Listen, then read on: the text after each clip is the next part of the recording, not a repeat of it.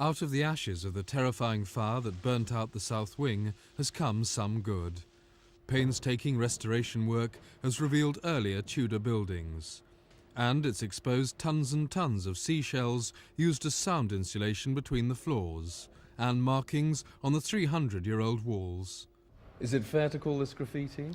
Yes, more or less. It's really the 17th century equivalent of the back of an envelope, where one of the architects or one of the foremen has drawn on the wall a sketch of what he wants the final result of this particular door casing to look like, so that the workman can work from that.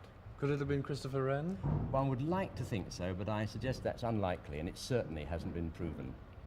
Because of public interest in the restoration, an exhibition opened today in the damaged wing to show off the remarkable discoveries. I think the one that probably most people are familiar with is the use of seashells as insulation under the floorboarding. Others are handprints of workmen who were involved in the reconstruction in 1689 to 1700 or so, and graffiti put on the walls by the workmen at the time. And in one case, the panelling was actually drawn on the wall for the king before the panelling itself was put up to show how it would look. The work is continuing to reopen the restored south wing to the public by 1992 at the latest. Well, of course, it's a tragic loss that irreplaceable things have gone, for instance, the carvings and a large amount of panelling, and of course the structure itself, which in terms of overall historical value is very great.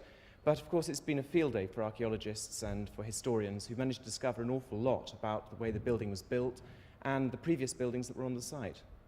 Among the structures under the damaged building are the foundations of Cardinal Wolsey's original palace. The repair work also unearthed builders' possessions, including a pipe and the carved signatures of 3 carpenters from Weybridge, about 8 miles from the palace.